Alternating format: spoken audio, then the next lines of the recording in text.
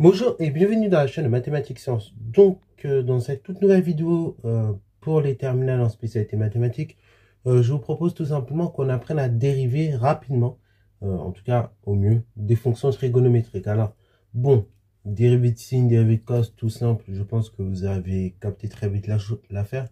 Là, on va apprendre à dériver des fonctions composées.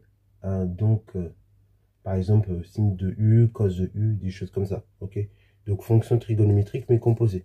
Donc, on va apprendre à dériver ça rapidement pour que après vous soyez à l'aise sur la suite du chapitre, tout simplement. Parce qu'après, la suite du chapitre, on sera amené à faire des études de fonctions, mais trigonométriques, ok? Et pour le chapitre suivant, qui sera d'ailleurs le dernier chapitre d'analyse, après, on va passer sur d'autres thématiques. Donc, il restera un chapitre de combinatoire, dénombrement et un chapitre de proba qu'on fera juste après, ok? Alors, juste après, dans un mois, je pense, de sorte à boucler le programme, je pense, au mois de mai, si tout va bien. Bon, j'aurai bien d'ici là, mais en tout cas, bon, voilà, là, il reste plus beaucoup de chapitres, donc là, pour bien en terminer l'année, on va dire, il faut que vous soyez à l'aise avec ces choses-là, surtout quand on prépare, ou même, si vous voulez faire des études scientifiques, vous serez amené à faire des choses pareilles, ok? Enfin, en tout cas, ce sera du basique. Bon, dans chaque cas, donner l'expression de la dérivée sur l'intervalle i considéré. Donc, je vais se mettre à vous en pause, essayer de réaliser tranquillement cet exo, et ensuite, on va tout simplement corriger. Sur ce donc, correction. Alors, avant de commencer la vidéo, les amis, je voudrais vous donner un petit moyen mnémotechnique pour que vous arrêtez de galérer au niveau des dérivés. Ok? Pour que vous arrêtez de galérer au niveau des dérivés de sin, cos, tout ça là. Voilà. Donc, je vous donne le petit moyen mnémotechnique qui est très pratique et qui vous fait gagner beaucoup de temps. En contrôle, en interro. Donc là, on a l'axe du cosinus. Et là, donc en vert, je vous mets l'axe du sinus. Ok? Vous voyez le délire? Donc, on va mettre les deux axes comme prévu. Bon. En fait, donc sinus, moins sinus. Et donc là, on va voir moins cos. En fait, qu'est-ce qui va se passer quand on va vouloir dériver? Et bien, quand vous allez dériver, pour obtenir la dérivée, par exemple, de sin, vous allez tomber sur cos. Quand vous devez obtenir la dérivée de cos, vous allez obtenir moins sin. Dérivée de moins sin, c'est moins cos, et dérivée moins cos, c'est sin. Donc, en fait, pour obtenir la dérivée, vous allez tout simplement, en clair, tourner dans le sens anti-horaire. Ok, donc dans le sens des aiguilles du montre. Ok, et dans ce sens-là, donc vous dérivez. Tandis que dans l'autre sens, on l'a déjà vu, je crois, quand on a fait des primitives ou même dans les rappels. Et bah dans l'autre sens, en primitive ou en intègre. Voilà. Bon, vous comprendrez encore mieux le sens du mot intégrer dans le chapitre suivant, justement, puisqu'on va faire de l'intégration après. Ok. Donc là, en primitive. Voilà. Donc une fois que vous avez ça en tête, ce petit schéma en tête, et bah ça vous permet de gagner énormément de temps sur les dérivés. Alors après, bah là, il faut être encore plus à l'aise, c'est les dérivés de fonctions composées, avec du cos et du sin. Donc là, ce que nous en va ici dans le premier cas. Donc c'est parti mon kiki. Donc on veut dériver. Donc la fonction f est définie sur R par cos de 2x plus 7. Voilà. Et donc on nous demande de dériver cette chose-là. Donc première chose, quand vous avez une fonction composée, toujours bien analyser comment elle est construite. Ok. Donc là, vous voyez, vous avez deux fonctions a priori. Vous avez une fonction affine suivie donc d'une fonction cosinus. Donc d'abord, je justifie bien la dérivabilité de la fonction affine. Et après, bah, cosinus, comme il se dérive avec tout, ok, comme il peut aller avec tout le monde, et ben on n'aura pas grandement. Enfin, il faudra juste justifier la dérivabilité cos. Mais après, on n'aura pas besoin de justifier plus au niveau de la dérivabilité. Donc je vais appeler tout simplement u la fonction qui est intérieure. Donc la fonction u de x qui associe 2x plus 7. Bah, ça, c'est une fonction affine. Et comme toute fonction affine, donc elle est dérivable sur R. Ça, c'est une première chose. La fonction V. La fonction V, qui est associée à tout réel x cosinus de x. Ça, pareil, bah, c'est une fonction trigo, donc on dit que c'est dérivable directement sur R. Voilà, et après, il n'y a pas besoin de lui entrer des valeurs particulières et prendre n'importe quelle valeur, le cosinus, ok? Par contre, le résultat que vous allez obtenir, c'est là où c'est comprendre sur moins ailleurs, ok? Donc ça c'est fait, on a ces deux éléments-là. Une fois qu'on a ça, bah du coup, on conclut par composition. La fonction f qui est associée à tout réel x. Donc la fonction, la chose suivante, donc v de u de x. Bah ça, je dis par composition, c'est dérivable sur R. Ok. Et ensuite, tranquillement, je calcule la dérivée. Donc, pour tout x appartenant à R, calcul de la dérivée. Donc, quand vous devez dériver ce type de fonction, vous dérivez d'abord ce qu'il y a à l'intérieur. Donc, vous dérivez u en clair. Donc, ça fait u' de x fois dérivée de la deuxième fonction qui encadre l'ensemble. Donc, dérivée de v. Donc, qui est composé toujours de u. Donc, de v rond u. Ok. Donc, et ça, donc, c'est égal à f' de x. Donc, on y va. Ça fait f' de x égale. Donc, dérivée de u. Dérivée de u, bah, c'est dérivée de 2x plus 7. Dérivée de x plus 7, bah, c'est 2. Ok, parce que on a 2 fois dérivée de x. Dérivée de x, c'est 1. 1 fois 2, 2. Dérivée de 7, c'est une constante, donc ça fait 0. Fois dérivée de u. Donc, dérivée de u, bah, c'est la dérivée de cos. Dérivée de cos, si je me rappelle plus, je regarde. Cos, je tourne, ça fait moins sin. Donc, ça fait moins sin. De quoi? Bah, sinus de u. Donc, sinus de u, bah, sinus de 2x plus 7. Donc, en clair, concrètement, f' de x, on peut dire c'est moins 2 sin de 2x plus 7. Voilà, donc ça, c'est pour la première dérivée. Maintenant, on passe à la seconde dérivée. Un peu plus délicate, me direz-vous, mais ça va le faire. Donc, ici, on est sur la fonction f qui associe. Donc, j'ai mis encore du cos, racine carrée de x carré plus 7. L'intervalle de définition de dérivabilité, c'est R. Ok, voilà. Donc, du coup, première chose, là, on va devoir raisonner 3 fois. Ok, là, c'est pas évident. Il faut y aller tranquillement, comme vous avez ce genre de fonction. Ne pas se précipiter, surtout pas. D'ailleurs, même moi, bah, du coup, je vais vous sortir 3 couleurs. Ok, donc c'est dire, il va y avoir 3 choses en même temps. Bon, ça peut arriver. Hein. Donc, vous aurez une chose imbriquée dans l'autre. C'est pas grave, ça arrive. Donc, tout d'abord, vous allez justifier la dérivabilité de x carré plus 7. Ensuite, deuxième étape, on justifie la dérivabilité de la fonction racine. Voilà. Et troisième étape, justifier la dérivabilité du cos. Donc, on y va. Donc là, faites gaffe. Par contre, comme vous avez racine, il faut vérifier que c'est bien le racine carré de x carré plus 7. Il faut bien vérifier si c'est dérivables sur R. Ok. Donc ça, il faut bien justifier assez proprement. Donc, on y va. La fonction qui a x associe x carré plus 7. Donc, on dit qu'elle est dérivable sur R. Et en fait, si vous regardez bien, le minimum, il vaut 7. Ok, là, on peut faire une petite étude rapide du polynôme. Si vous faites f de 0, bah, vous serez au minimum. Et après, au-delà de 0, bah, comme un carré il est nécessairement plus grand ou égal à 0, bah, automatiquement, vous allez avoir des nombres qui seront forcément plus grands ou égaux à 0. Et quand vous ajoutez 7 à chaque fois, vous êtes forcément sur un nombre plus grand que 0. Donc, ça, c'est dérivable sur R. Et à valeur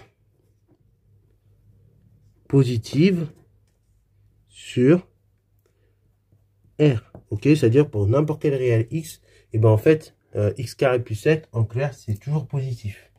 Après, bah, vous allez étudier la dérivée. Donc ça, c'est super cool. Du coup, comme ce qui est intérieur, c'est à valeur strictement positive pour n'importe quel réel x, ça me permet de justifier proprement la dérivabilité de la fonction racine. Ok. Donc, petit rappel aussi, ultra important. Quand vous dérivez racine, ça, on le rappelle, c'est ultra important. Il faut vérifier qu'aussi, ça ne s'annule jamais. Bon, là, c'est le cas. C'est à valeur strictement positive. Ok. Voilà. Alors, du coup, là, je vais nommer v, enfin, je vais nommer u, pardon, la fonction racine. Donc, la fonction, enfin, je vais la laisser comme ça pour l'instant. La fonction qui a x associée racine de x. Donc, ça, je dis que c'est dérivable sur R plus étoile. Ok. Et donc là, je conclue très proprement en disant la chose suivante. Donc, par composition. Voilà. La fonction, donc, je vais nommer, pour le coup, là, je la nomme u, qui associe à tout réel x, racine carrée de x carré plus 7. Ça, je dis que c'est dérivable sur R. Parce que ce qu'il y a à l'intérieur, c'est dérivable. Et donc, c'est tout simplement à valeur strictement positive d'un R. Et donc, la racine, elle est dérivable. Par conséquent. Ensuite, et bah, du coup, la fonction kx associée cos de x. Ça, on l'a répété beaucoup de fois, c'est dérivable aussi sur R. Ça, je vais la nommer V. Et donc, comme l'ensemble est dérivable, et bah, par compo, à nouveau, on réapplique. La fonction qui a f associe, enfin, la fonction f qui a tout réel x associe, donc v de u de x, bah ça on dit que c'est dérivable. Dérivable sur R. Ok, maintenant tranquillement, j'établis l'expression de ma dérivée. Ok, donc dérivée, c'est quoi? Et ben vous dérivez ce qu'il y a à l'intérieur. Donc vous dérivez la fonction U en clair. Ok, donc la fonction U, bah du coup c'est la fonction, c'est celle-ci. Ok, donc du coup, et ben on va dire que f' de x, c'est quoi? C'est dérivée de U. Donc c'est U' fois la dérivée de V suivi de U. Ok. Donc V de U est là. Ok, la fonction V c'est celle-ci. Donc, du coup, tranquillement, j'établis l'expression de la dérivée. Ça va prendre un peu de temps ici, parce qu'on a deux choses en fait dans la fonction U en elle-même. Donc, du coup, la fonction U, et ben on a dit c'est racine carrée de x carré plus 7. Donc d'abord, je donne toujours comme habitude, vous dérivez ce qu'il y a à l'intérieur. Là, bah, comme vous, d'ailleurs, petite parenthèse, dans un contrôle, je pense, enfin, sauf si vous avez un prof très casse-pied, mais si déjà vous arrivez à bien justifier, si déjà vous justifiez bien, donc pour ces deux fonctions, bon, après il va comprendre que vous avez compris comment on dérive l'ensemble, ok, comment on dérive cette partie-là. Donc d'abord, pour dériver racine carrée de x carré plus 7, vous allez dériver ce qu'il y a à l'intérieur. Donc dérivé de x carré, il se trouve que ça fait 2x fois, donc, enfin plus 7, donc dérivé de 7 c'est 0, fois tout simplement 1 divisé par racine carrée, par 2 racines carrées plutôt, de x carré plus 7. Là pareil, comment j'ai fait pour parvenir à ce résultat-là, bah, je vais dériver ce qu'il y avait à l'intérieur. Ok, vous voyez. Donc on dérive toujours ce qu'il y a à l'intérieur de la racine. Ça, c'est une première étape. Et ensuite, deuxième étape, bah, je vais dériver la racine en elle-même. Donc dériver d'une racine, bah, en fait, c'est 1 sur 2 racines de x. Sauf que là, j'ai pas racine de x, j'ai racine carrée de tout ça. Donc j'ai mis 1 sur 2 racines carrées du polynôme, ok, que j'avais. Donc de x carré plus 7. Fois la dérivée de la fonction v. Donc là, c'est plus facile. La fonction v, c'est cosinus, donc dérivée sinus. Enfin, moins sin, pardon. Moins sin de quoi? Bah, moins sin de u. Donc, moins sin de racine carrée de x carré plus 7. On simplifie un petit peu les choses. Donc déjà, je multiplie par 2, je divise par 2. Ça simplifie. Ça fait 1. Voilà. Et donc là, je vais obtenir moins 1.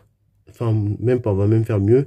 Donc, je tiens en numérateur moins sin de racine carrée de x carré plus 7 divisé par racine carrée de x carré plus 7. Voilà. Donc, ça, c'est l'expression de ma dérivée. Voilà. Donc, f' de x.